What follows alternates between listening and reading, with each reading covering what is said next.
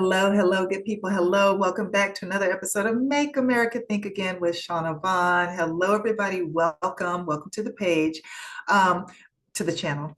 Down below, you can see the correct spelling of my name. You have my IG information. I encourage you throughout the week to pop onto my page. If you need a little pop of news or you need to know what's going on in Colombia, Venezuela, wherever it might be happening, America definitely is a lot of shit going down here.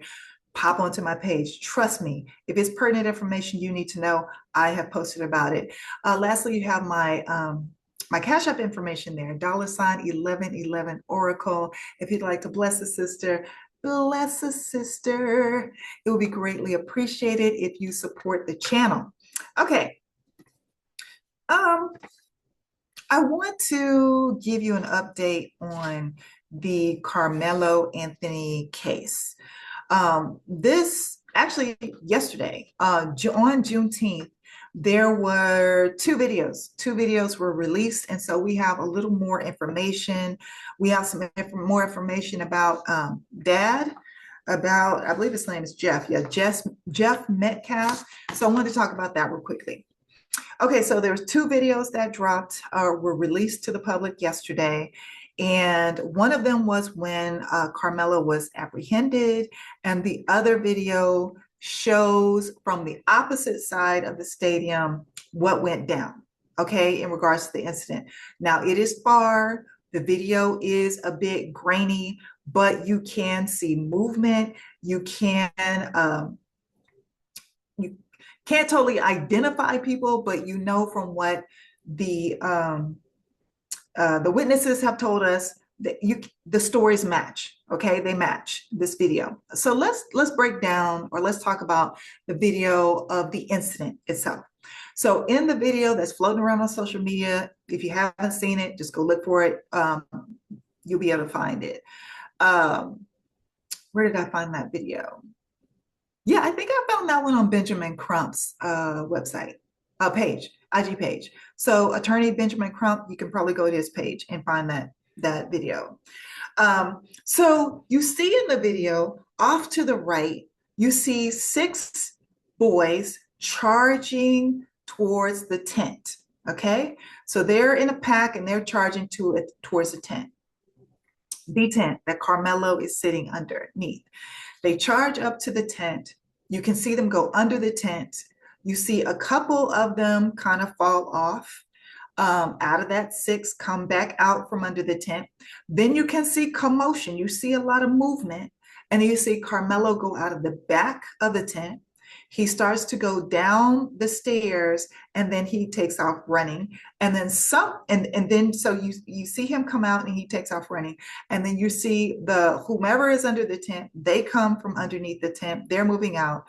And I believe that you can actually also see the body of the Metcalf son, who is deceased, fall over. Okay, so Carmelo is headed this way, and then you see some of the guys go after him.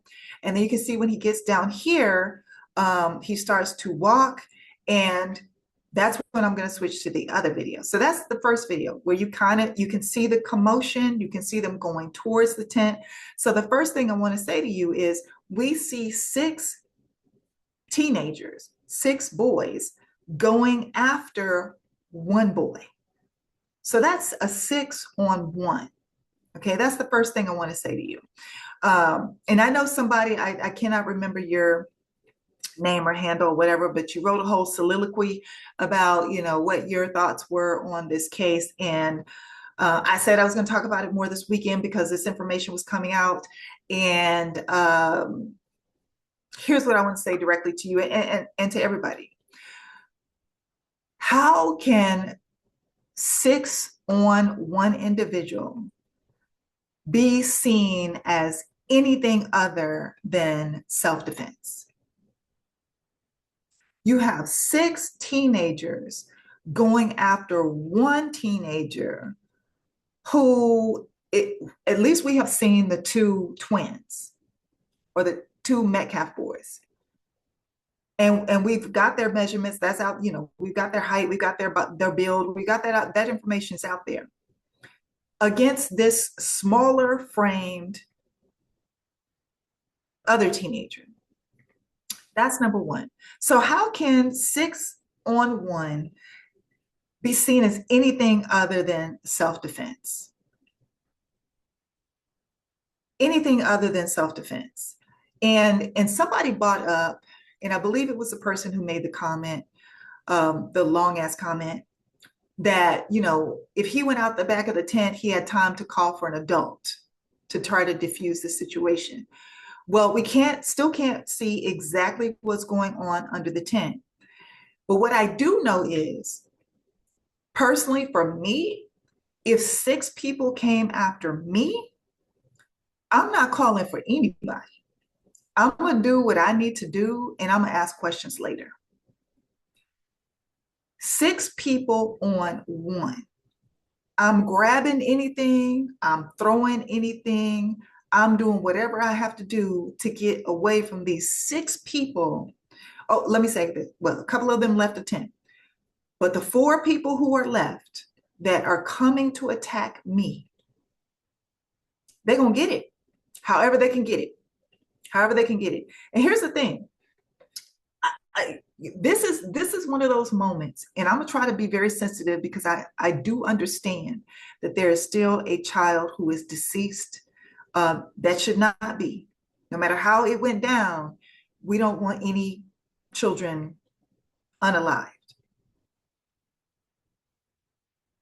But at the same token, when you attack someone individually or in a group,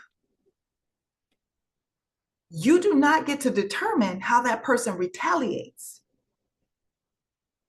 You have no idea how that person is going to retaliate. And me personally, if I were to put myself in Karmelo's shoes, if I'm seeing 6 people coming at me, I'm grabbing anything and everything to get all of y'all up off of me. That would be a FAFO moment for all those people. You have fucked around and you're about to find out. I don't care what's near me. So that's the first thing I would like to say. That, people that are saying that, oh, this cannot be self-defense. No, I would have defended my own self and asked questions later. So I call bullshit on that. There's no way that you can still say that this was not self-defense. Then let's move to the second video. You get to the second video. So the first video you see, it ends down here. Karmelo starts walking. Then we pick up on the second video, and that is because he's being apprehended. Okay. So you can see from the body cam of the officer that he's being apprehended, the handcuffs, he's being searched, patted down. There's another female officer that is with this officer. He's telling other people to back up, get away. He, calling back up, telling back up, you need to go under the tent. We need emergency response under the tent. Those people come up, he directs them towards the tent while he's putting Karmelo, he's got Karmelo in the handcuffs, etc. Now, here's what I really want you to pay attention to in this video when you're watching it. I want you to listen. When he gets Karmelo to the car, to the vehicle, on the way to the vehicle, Karmelo says, and this is a quote, he put his hands on me. I told him not to. He put his hands on me. And he is not telling him this. He's sobbing. He's crying to this officer or to these officers. He put his hands on me. I told him not to. He put his hands on me, and he's sobbing. So, dear white people or any other ethnicity that might be here, listen to me. If you don't know, when a Black person tells you or gives you that warning, back up, don't touch me, do not come near me, do not put your hands on me. What we are saying to you is, I'm giving you fair warning that no matter what transpires afterwards, I've warned you. I warned you that I am not responsible for what happens after you put your hands on me because I've warned you. I've warned you. And I don't know about Karmelo. I don't know how many times he might have said this under this tent, but I will just, again, give you an example from me. Me personally, and everybody that's close to me knows this. I'm going to give you one warning. One warning. I'm going to tell you one time because I am of the belief that I'm going to get you before you get me. That goes way back to bullying, to being in an abusive relationship, all that. Just chalk it up to my trauma. But at the end of the day, I'm going to warn you once, and then I'm going to get you before you get me. So he said to the Metcalf kid, don't put your hands on me. Don't put your hands on me. Anything that happened after that, anything that happens after that, I am not responsible for because I told you not to put your hands on me. And so I just want to make sure that it's clear that this is what he said to this cop. Here's the other thing that you must know, or these officers. Here's the other thing, and you got to listen closely. When the officer gets Karmelo Anthony in the back of that vehicle, Karmelo Anthony asks, is he okay? Is he going to be okay? And the officer responds, I don't know yet. Listen, when he has him in the back of the cop car and he tells him, turn to the side because your hands are behind your back so it doesn't hurt, sit to the side.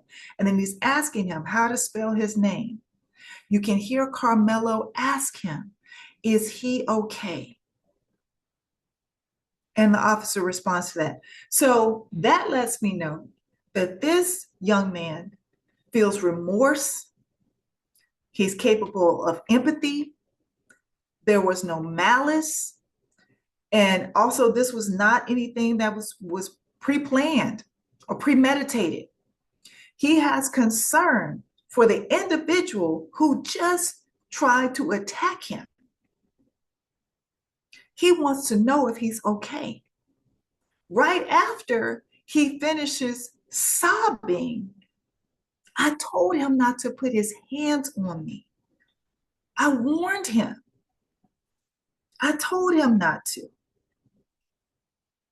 So for all those that want to argue that, oh, this isn't self-defense, he should have called an adult, blah, blah, blah. No, put yourself in the situation, the information that we have thus far. And then also ask yourself, why weren't these videos admissible in court? Why did this judge make sure that these videos were not allowed? These witnesses were not allowed to give their testimony? Why did that happen? Also ask yourself, why didn't Karmelo's defense team allow him to speak to what we see in these videos? Why wasn't he allowed to speak for himself? Why wasn't the other twin put on the stand and asked, what happened? What was said when the six of you got together and started to charge towards that tent? Who said what and what was said? What happened when y'all got under the tent? Because it's my understanding that the twin didn't even speak in court. Why is that? Why is that? Listen, I'm going to tell you this. At the end of the day, if you approach, and I'm not going to just say Black people, there are a lot of people out there that they will give you that warning. Don't come near me. Don't touch me. Don't do that. And you got that one time to make a decision for yourself. Do I want to see what happens after this or do I not? Because you might end up in a fuck around and find out moment. It is what it is. That's just the truth. And again, I want to reiterate, I am not arguing that the things that went down didn't happen. I am not saying that we should just ignore the fact that someone's child was unalived. I'm not saying that. What I'm doing is laying out the facts and the reasons why Karmelo Anthony should be not only granted a new trial, but the venue must be changed.